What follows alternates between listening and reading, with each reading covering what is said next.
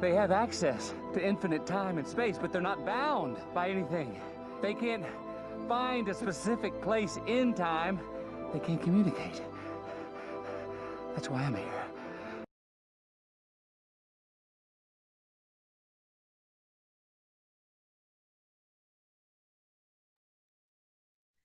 Hello, fellow explorers. Welcome to our first live stream of Being Immersed. So think about what McConaughey just said. It's infinitely complex. They have access to infinite time and space, but they're not bound by anything. They can find a specific place and time. They can communicate. That's why I'm here. I'm going to find a way. So that quote is a good way to kick off today's theme, infinite, boundless environments. Just as the character contemplates the infinity complexity of space and time, those of us involved in immersive experiences find ourselves navigating infinite possibilities within the media industries, from live performance and experiential to gaming and XR. We're no longer bound by traditional constraints. But what does it mean to explore and create within this boundlessness? So to find a way to engage with each other and bring these immersive environments into our daily lives. So to help us answer these questions today, I'm thrilled to welcome a dear friend, Paul Brady, co-founder of Resolution Games, the studio behind pioneering titles that I love, like Demeo, Blaston, Angry Birds VR, Isle of Pigs. Paul has been at the forefront of pushing boundaries in immersive gaming, and he's an alum of the Stan Richards School of Advertising and PR here at Moody College of Communication, where I work. So it's pretty exciting to have him here. He's worked with global brands and continues to shape the future of XR, making these technologies more accessible and impactful across industries. So with Paul's extensive background in marketing and communications for emerging tech, he's become a key figure in advancing how immersive experiences are introduced and adopted by mainstream audiences. So when I first met Paul, I think about 6 years ago now, he shared how he was working at King, building the audience for Candy Crush. Now, it's still my go-to casual game while watching TV with my family, so I'm sure I'm not alone in that. So we're going to dive in with Paul on the innovations in immersive gaming and see how gaming consistently pioneers novel applications of innovations like within VR, AR, and AI, shaping the future of interactive experiences. Why? Because gaming has seamlessly integrated into our daily lives. It's not just entertainment anymore, but it's a social and educational tool. It influences everything we do and how we learn new skills. So grab your virtual seats and let's get started. Paul, welcome to Being Immersed. Thank you. Excited to be here. So let's kick it off with just some general, share us what initially drew you to the field of immersive media.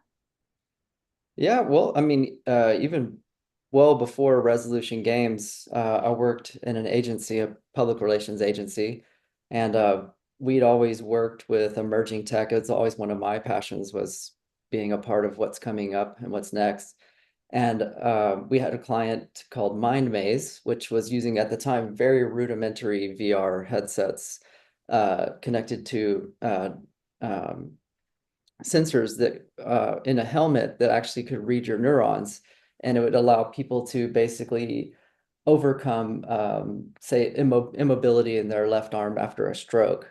So, for decades, doctors have been putting patients in front of a mirror and their brain thinks move your left arm and they see their right arm moving, but it looks like they're left because they're in a mirror. But in VR, you could actually make it to where it looks like your left arm is moving. And so that was able to basically speed up the healing for these people, and seeing that there were so many other applications they had too, with like phantom limb patients and so many more than that. And you see people doing things like mental health treatment with VR as well. And just basically it opened my eyes to the potential of how this could do so much good for the world in the future. And that was just kind of the very, very start of it. And so it got me really excited about it. And actually one of the founders, one of the people behind Candy Crush, after they went public, left the company and asked me if I wanted to start a company based on VR games, and I jumped immediately on the opportunity. So that's I believe that was Tommy Palm, right? That's correct. He's the CEO. Yes. Yeah. So he's CEO. So you, Tommy Palm, and others launched in 2015 Resolution Games. So that's been over 10 years with 16 really powerful games in VR and AR platforms, or maybe I should just say mixed reality platforms these days, right? You've been doing this. What's your special sauce? Where do you guys begin? What's your secret weapon? I really think the thread between all those is the fact that we are all super passionate about innovation. It's one of our driving missions is to always be innovating. And that really drove us to want to be a part of every launch. And whenever a lot of times platform partners will come to us, people like Meta and these other headset makers will come to us and have these new APIs, these new tools that they're going to integrate. And they know that it's going to be rough for a developer to try to experiment with those. But to us, that's like getting our hands on gold because we just love to innovate and experiment and to try new things and to be the ones that are actually like setting the standards and trying to like build the steps towards the future. So we just have always jumped on these opportunities to try to dig in and help them break these things, fix these things, and create what's going to be the next way that you interact with a menu, that you use an avatar in a game, that you design sound or use different MR features like hand tracking, eye tracking, things like that to control games. So we have basically just always wanted to be a part of what's coming next. And so I think that by doing that, we always were creating very novel and new ideas and trying to do things that hadn't been done before. And it's a space that's so boundless, as you mentioned, that it's easy to find things that haven't been done before, which makes it such an exciting space. Yeah, and it sounds like anything new that comes into the world, you're a tinker going, what else can we do with this? Exactly. That's sciencey. Yeah. And I'll say too, like from the outset, as you could see from our earlier games, in the early days of VR, there were a lot of like jump scare dungeon scary type of experiences and even shooters and stuff like that. And we really wanted to try to make it familiar experiences. So our first game was a fishing game, a very calm, relaxing fishing game, because we knew that people are going to be putting on these very strange headsets, this new tech, and it may feel a little awkward. But what can we do to make them feel a little bit more at home or a little bit more familiar? So that's why a lot of especially our initial titles, are more like comforting environments and very like casual. It moves us from casual to comforting. I kind of like that transition. Okay, so speaking of comforting, and you did say something about dungeons, so I have to dig into something that I love, Dungeons and Dragons. It was definitely one of my outlets as a theater kid in the 80s. In fact, I've carried that passion into my classroom using D&D one-shots to teach students character development. So fast forward to today, and that same spirit is alive in Demeo, one of the standout titles from y'all, from Resolution Games. And I love it because you're really, you're doing exactly what you just said. You're bringing common things that people are aware of, like tabletop gaming, into a new tool, a new technology. So everyone, take a look. Let's play Demeo. A lot of fun. This is what you wanted in the 80s. This is what you wanted and was not possible.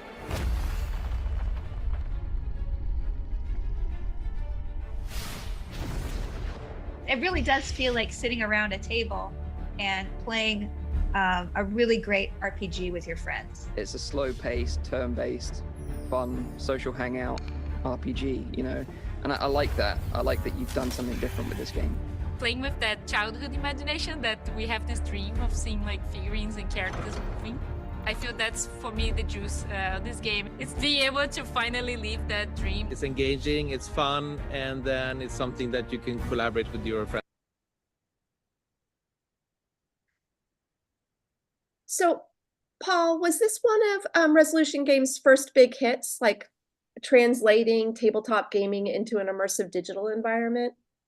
Yep, it was definitely one of the moments where we had like a breakout success where we really stood behind something and we went full in on it and really innovated and invested a lot. The biggest team we'd ever had, the most resources we ever put towards something, and we really believed in it, and we luckily it became one of our biggest hits and one of the best sellers in the VR market. We have had, for instance, that fishing game I was mentioning has had 20 million downloads to date, which is in this space is pretty incredible amount of downloads. So we have had a lot of games get a lot of downloads and still be successes, but Demeo was the first kind of breakaway success, I think, that kind of also opened the door for tabletop in the space. And at that time, we'd actually had quite a few people telling us they didn't think it could work, or that people wouldn't want to play tabletop experiences in VR, or that it was just a hard puzzle to solve, basically, to make it feel real and genuine. And you know, luckily we stuck with it. We believed in it, and it really shows and paid off. And I think that once you get into it, you can see that we were able to kind of replicate a lot of that magic you get when you're sitting around a table with your friends, that nostalgia of playing and being immersed with a group of friends and going on that adventure. Yeah, I was, you know, when you first told me about it, I was like, I don't know, you know, I used to play regular D&D, but then when I played with it and saw the magic come to life, it's like taking things out of my brain and then seeing them firsthand, which I think is really cool. The other thing is like you said, a lot of it is often shoot 'em up games, but you focused on innovating in player-driven narratives. And taking traditions and moving them over. What can we expect in the future? Because, like, you know, if I'm a gamer designer and I'm really thinking about player-driven narratives, where would you see future expansions and things like this? Yeah, well, I mean, we have been exploring other formats in the tabletop genre, but really what Like we want. Catan? Yeah, that Catan has happened, but you know, and we actually licensed Dungeons and Dragons, and we'll be having a Dungeons and Dragons game coming, and so there's a lot to be done there just on the tabletop. But you know, really, what we're looking forward to is moving beyond the tabletop too. You know, so maybe it's still a tabletop type experience, but that it's happening all around, not in VR, but it's happening all around you in mixed reality. So Nice. there's things in the air, there's things coming out of the wall, out of the floor, you know. Oh, It's not nice. just on this small environment right in front of you. And so there's so many amazing opportunities to be fully immersed, even in mixed reality, that we want to explore a bit beyond as well. Yeah. But The tabletop becomes the full room environment, which is nice to imagine. exactly, right. And one other kind of amazing thing about what you can do with tabletop adventures, or really anything like a Dungeons and Dragons type of experience, is make it a bit more accessible, in the sense that, you know, with Demeo, your rule book just plays out a bit more automatically and accessibly, being able to just know what to do next instead of having to set up this whole full dungeon master scenario and make it a bit more available to more people who don't necessarily have that sort of depth and ability to take the time to create those scenes, you know. Yeah, I think that's smart because it does, you know, I have like a 75-minute class and it took a while, if more than half of my class had never even played it, to be like, okay, first I have to explain the rules, what the story is, get us in there. You know, we started simplifying it with one-shots, but I think that kind of taking the complexity and simplifying it is a good idea.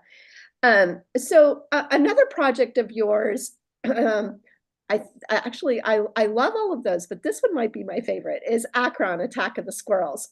I actually use it in class. It perfectly illustrates how an experience can move across platforms and still provide agency to each player. So no matter what device you're using, you get to play. So let's take a look at Acron.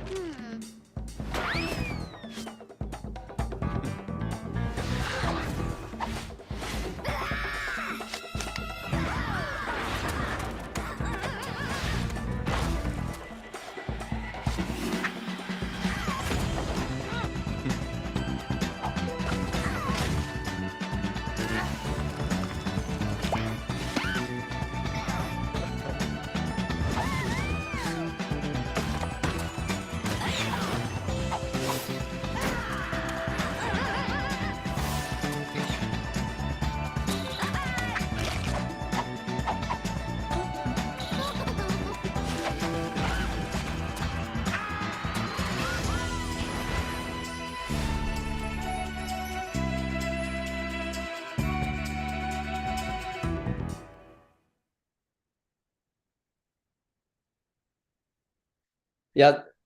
So, the- yeah, At the end there, you could see him handing the headset to someone on the couch. yeah, And that was really kind of the beauty of that game was it was a way for someone to be able to have most families only had or households only had one headset. And so right. usually most people's experience would be, here, I'm going to show you what VR is. And they put on a headset and they're doing some weird motions and you don't know what's going on in there and you're not engaged and involved at all. And it kind of looks a little strange and odd. Yeah. And then, but then with this game, we want it to be like, we want to engage the people in the room too, and make it to where you're actually a part of the experience and you get kind of freshened up to the thought of VR before you maybe try it on yourself, or you get to be a part of that game world so that you get a little peek into it before you put actually the headset on, to just kind of hopefully get more people primed and interested and also be able to engage with the content together, to share that VR experience in a meaningful way with people around you, even if there's not enough VR headsets to go around. Yeah, not only enough VR headsets, which I agree with you. Here, I'm like a total techie family, and there's 3 of us, and we only have 2, so we're always sharing ourselves. So it usually is 1. But what I also love is like the intergenerational play of this opportunity. I, of course, have gotten my 82-year-old mother into a VR headset. I mean, hell, I've taken her to Sleep No More, which was kind of cray-cray. That's for another story. But she's not as comfortable in that space because she's been part of the whole mobile computing movement. So now she's able to play with us, and people who are younger or more familiar with it can actually really get into the headset. So kudos to you on that. And also with classes, though I have a lot of quests, it's kind of nice to kind of see the translation of cross-platform. What was the challenges of facing that balancing between the 2 devices? Like, I'd really be curious to talk a little bit about like your y'all's creative process on like, how did you know what to put into each platform in order to make an effective game? Yeah, I mean, so a lot of it and for this game came down to level design too, because you can have up to 8 people playing as squirrels from their mobile phone against one person that's a tree. Obviously, that could become It's a little unfair. that can be hard, very hard for the tree.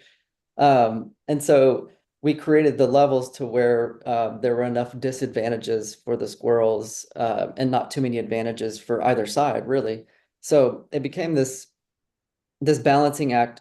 It was very hard, to be honest. That for Acron, that was probably what took the most time, was balancing it and getting that balance just right, so that if someone was playing with just one squirrel and a bunch of bots, it would still be a fun experience. But if they were also playing with 8 people in a room against a tree, that would also still be a fun experience, and they wouldn't just completely smash either side, So it is very tricky, and I think it comes down to a lot of the different elements between the capabilities that you give the squirrels, the superpowers they get, and then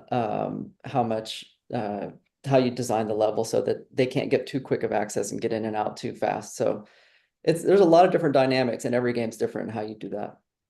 Yeah, I love also that even in the squirrel play, every squirrel has different game mechanics. So there's agency, and then it really sparks social play, right? A connection.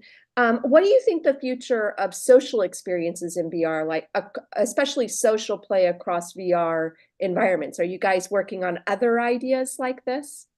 Absolutely. I mean, social games has been basically a part of our DNA for the past 5 years or so, with Acron being one of the first multiplayer games we released.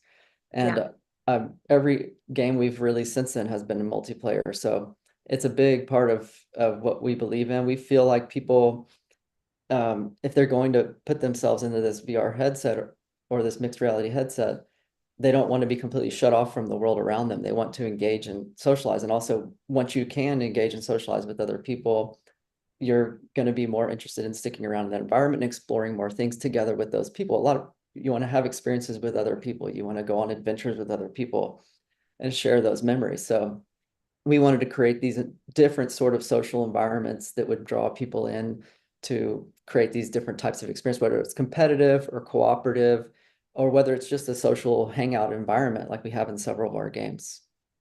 And so, I wonder, I've really played Akron more at parties or in my classroom as like a social game where we're all in the same space. But with the idea of boundlessness manifesting in the next generation of immersive environments, what opportunities can you see being unlocked where maybe the social connections expands even further? Yeah, I mean, well, I really think that the big potential would be with open worlds, Yeah. open world experiences. And one thing that we're exploring now is how, envisioning an open world in VR makes sense. But what really sounds interesting to us and something that we're really kind of putting a lot of research into right now is how do you create an open world experience in mixed reality, where you don't have that luxury of having this fantasy world that everything's wrapped up in. How do you have meaningful interactions with avatars, with other people, with characters in mixed reality where you're in your home environment and where that kind of can become boundless and where you can kind of explore beyond your own space or bring in new characters or bring in new environments into your own home environment as well. I love that. So you're saying that I have an avatar if you want to play with it, Professor Moxie, like totally generative AI. So now you're saying that my whole classroom could be in your home. You don't even need to come here. Exactly. Yeah. Maybe your team might not be happy about, but Yeah. So when we were working with our game Spatial Ops, one of the ideas we had was turning a corner into like a window into other environments. So this corner of a room, yeah, it would be a portal into, say, your classroom. This corner over here would be a portal into a different home or room or someone else. And so, but that's limiting. That's only a view into two other worlds. So we're now exploring like how can you actually open it up and have it even larger than that and more portals, more environments to interact and engage with. And that's a problem we don't have a necessarily great solution for yet, but it's one that we're iterating on and prototyping different ideas for. That's interesting. So so exploring Attack on it's definitely about cross-platform dynamics, social connections. You have other titles as well that really is getting friends and family up, active, and playing together, which is exactly what you did with Racket Club. So I want to dive into Racket Club a little bit, especially because I'm all about movement, and that's an interesting area to explore. So take a look at Racket Club, y'all.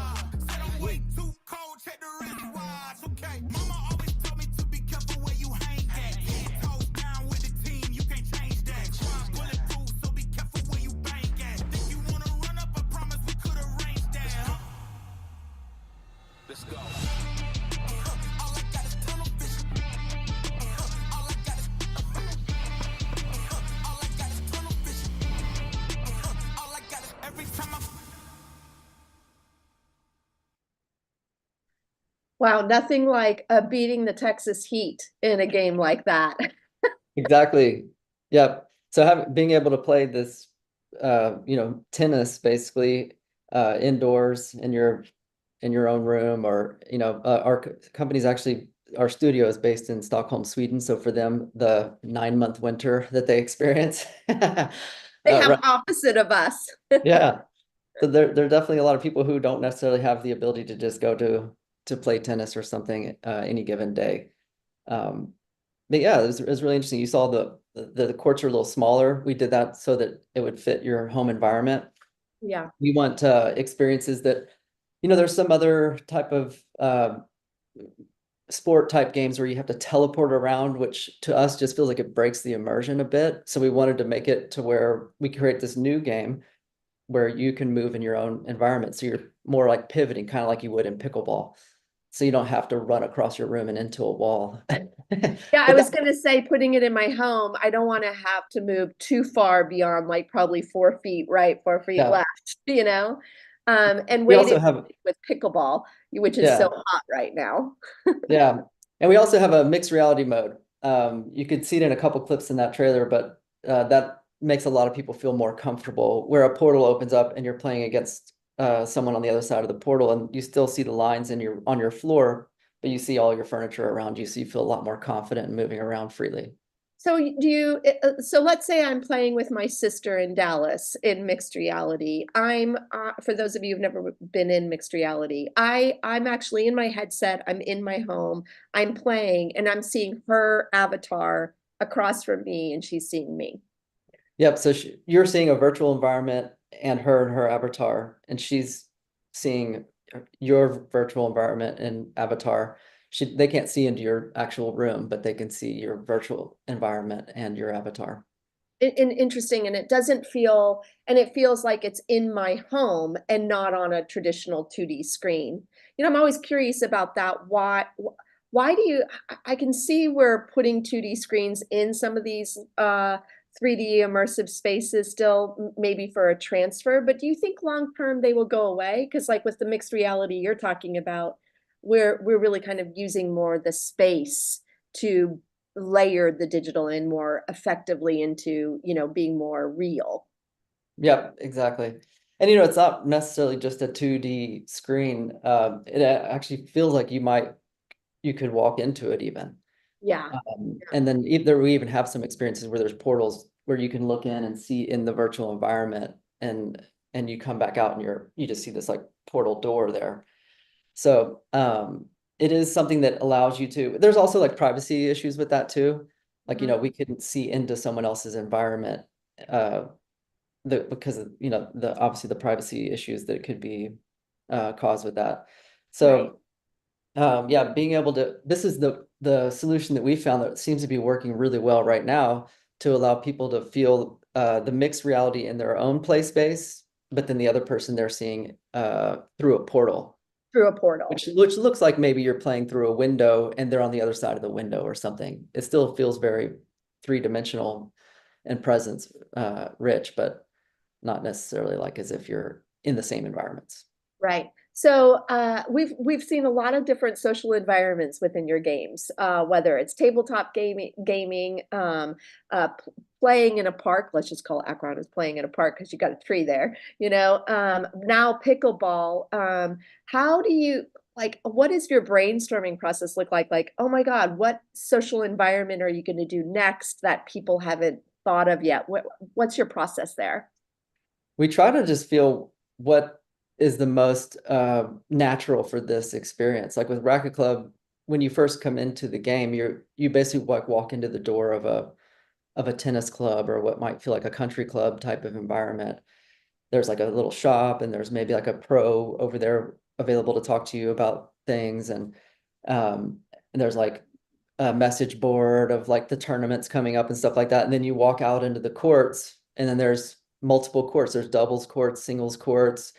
You know, there's like a water fountain, like a statue and fountain and stuff, and like a gelato shop in the corner. You know, it just feels like you are at some sort of club environment, and there's people walking around, people playing.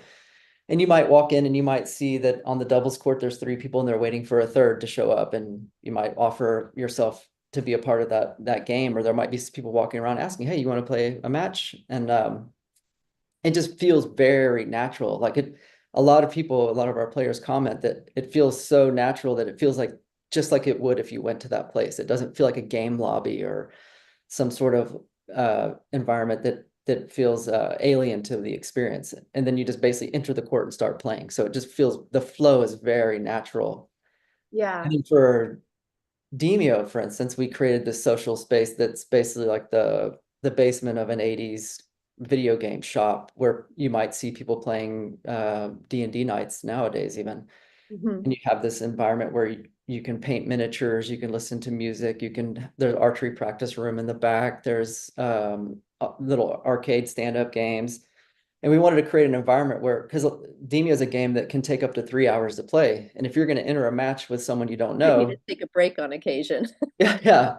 Or, you might want to maybe talk with someone for a few minutes before you have to sit with them for 3 hours, Yeah, yeah. And then after you have such an awesome adventure, you might want to meet up afterwards and talk about it and share that experience a bit more, or talk about what we could have done differently or whatever. So we wanted to create this very natural feeling environment that fits with that particular game style and that group of people and what they like to do. I love this, from a storytelling, you're kind of building the world, right? So, for those of you who are out here who are new to designing these type of immersive experiences, seems like you could go out and just like people watch in these social settings and kind of get a sense of what that world looks like. And you've taken that approach to adopting it into creating an environment with not just the game mechanics or the kind of one shot of like play game, but really like what's the full environment of how people interact. So you really feel like you have a real pulse on audience engagement and interactions, from like a light touch of like the looking at the games of what's available, to like full on deep of I can play 2-player, 4-player, go meet a stranger, get to become friends with them. It really does open up doors for a lot of different social dynamics, playful social dynamics. Absolutely. So I think we're both people who love to be early adopters to emerging tech. And it's nice to see that Apple has definitely hit the scene with some interesting additions to spatial computing. And I know y'all are, I want to get your number. You're the one that people call whenever something new comes, and you guys are always the first to get to like experiment and have a demo on a new release. So take a look at what Resolution Games has done with Apple Vision Pro.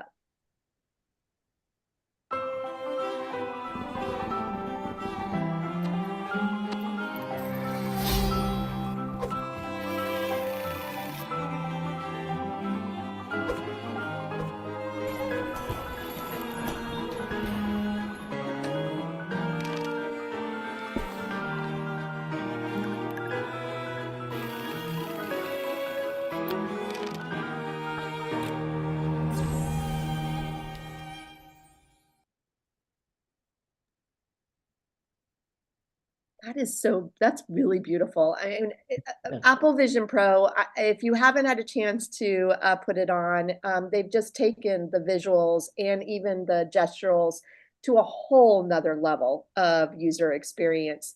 How did you leverage, like, to talk a little bit about the capabilities of spatial computing in the Apple Vision Pro and how it enhanced realism and social connection with, again, you picked a classic games, to first get people to adopt.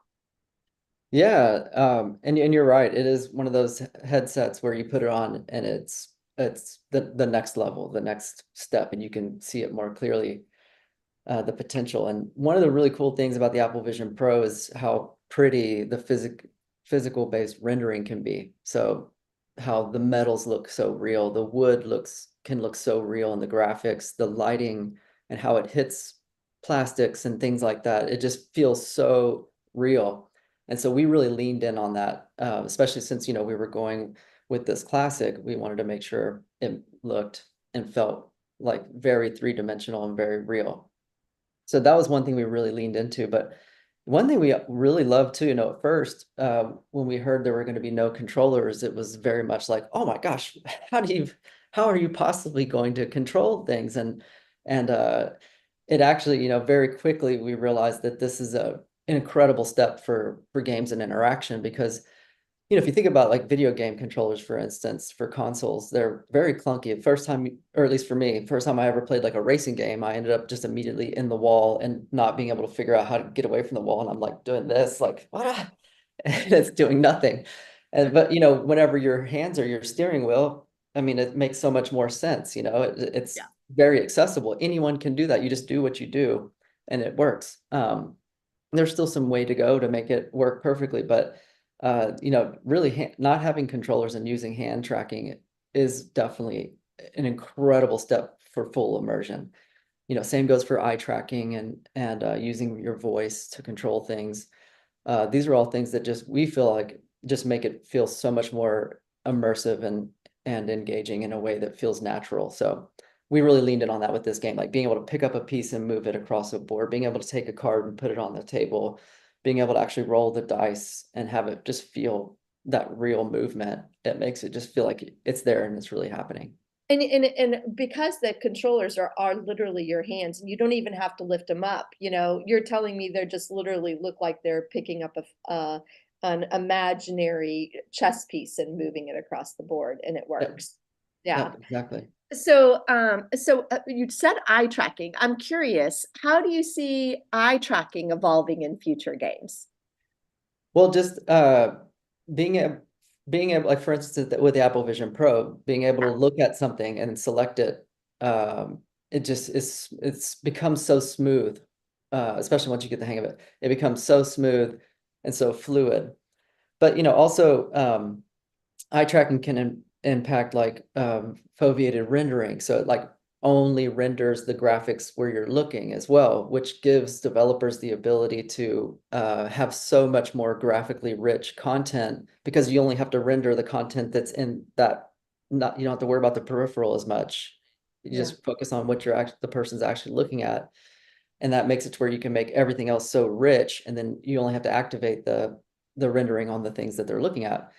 But then also for controls and being able to let people kind of use their eye gaze as a way to move things or to select things, is a very rich experience, and it feels magical, feels like you're a magician. I've been thinking also like how you take a casual games into mixed reality and everything, chess. These are quick games. Fishing, you could do it for a long time, you could do it for a shorter time. Pickleball, one game, and then I'm out. Have you seen that might be another reason for adoption, is like you're giving them, when people think gamer, they think maybe the 3 hour D&D and go, oh, I don't have time for that. Are you finding that might be, you're giving them a quick into like what the possibilities are? Yeah, that's also has been something from the get-go that we've always focused on, is people have to be able to get into the experience fast and start having fun. And then we also want there to be an element of, but it also has to be rich enough to where they could stay in it and play for an hour or hours, and still have fun the whole time. So and especially with the Apple Vision Pro and the chess game, when you think about that, like having also the ability to maybe have a chess match going on while you're also watching a show in the Vision Pro or doing something else, being able to have it be a social interaction that you're having as a part of something else you're doing as well. And that's a lot of our games also have that as a part of their sauce, is that we wanted all of our games to be games that you could play and still interact and engage with people. With Demeo, you're talking, it's kind of a tool you're using to have a social experience with people. Same goes for Racket Club. It's not so intense that you can't, still banter back and forth and have a conversation. Right. And the mechanic people, and it's familiar because they've probably played it in their real life and now are extending it to mixed reality. Yeah. So it's you know clear exactly what to do. Yeah, it's totally clear. I love it. I feel like everything you all do, Resolution Games does, is use social interaction and emerging technologies to really create engaging experiences. But what excites me the most is the potential to apply these type of innovations beyond entertainment. So we've talked a lot about entertainment, which, I totally love being entertained, and everyone else does. But think about the potential to apply these to healthcare, education, training. How do you envision this transfer of knowledge that you're sharing to truly make a difference in those other spaces where we can create those social environments and use gaming to have a profound social impact in our world? Yeah, I mean, gaming has long been used as a bit of a path blazer for all kinds of different tech in the past, and it's no different here. I mean, we're hoping that the work that we're doing, whether it's how we figure out menus and how we figure out user interfaces, or how to design things so people really get up and move around instead of just sitting in one place, that those things will hopefully trigger ideas, or at least create a pathway for people who are coming in later to make even better and take further steps with, but to hopefully give them either new ideas, think of new potentials, or be able to just start with what we did so they can go even further and beyond. And there's so many amazing things that can happen. As I mentioned at the offset with Mind Maze and being able to use this tech for healthcare and mental illnesses and stuff like that, and being able to help people with education and democratize the access to those things, and then training, being able to get fully immersed and trained. There's so many things that you can't really train yourself for without being this immersed. Right. So if you're really able to feel like you're there and you're experiencing that, that's the best possible way to train for something rather than actually doing it. Yeah, way to come full circle of like where you began in your career to now taking a lot of what's really possible with entertainment and putting it into social impact. So for those of you who are thinking about designing it, I'm playing around with haptics right now, and a lot of with the B-Vest haptics. And the interesting thing is the ones I found, a lot of them are shoot 'em up games. And I'm like, my question is very similar to yours. How can I do some sort of social interaction? How can I actually do something that people will be familiar with, and also be around social impact and narrative, a story rather than like a shooting game, right? So if anyone out there has some, please let me know. Or Paul, if you have any suggestions, I'm all I do. right now. Yeah, I do. There's some really cool things that are coming up, so we can chat more about that. I can't say anything here. Okay, that sounds good.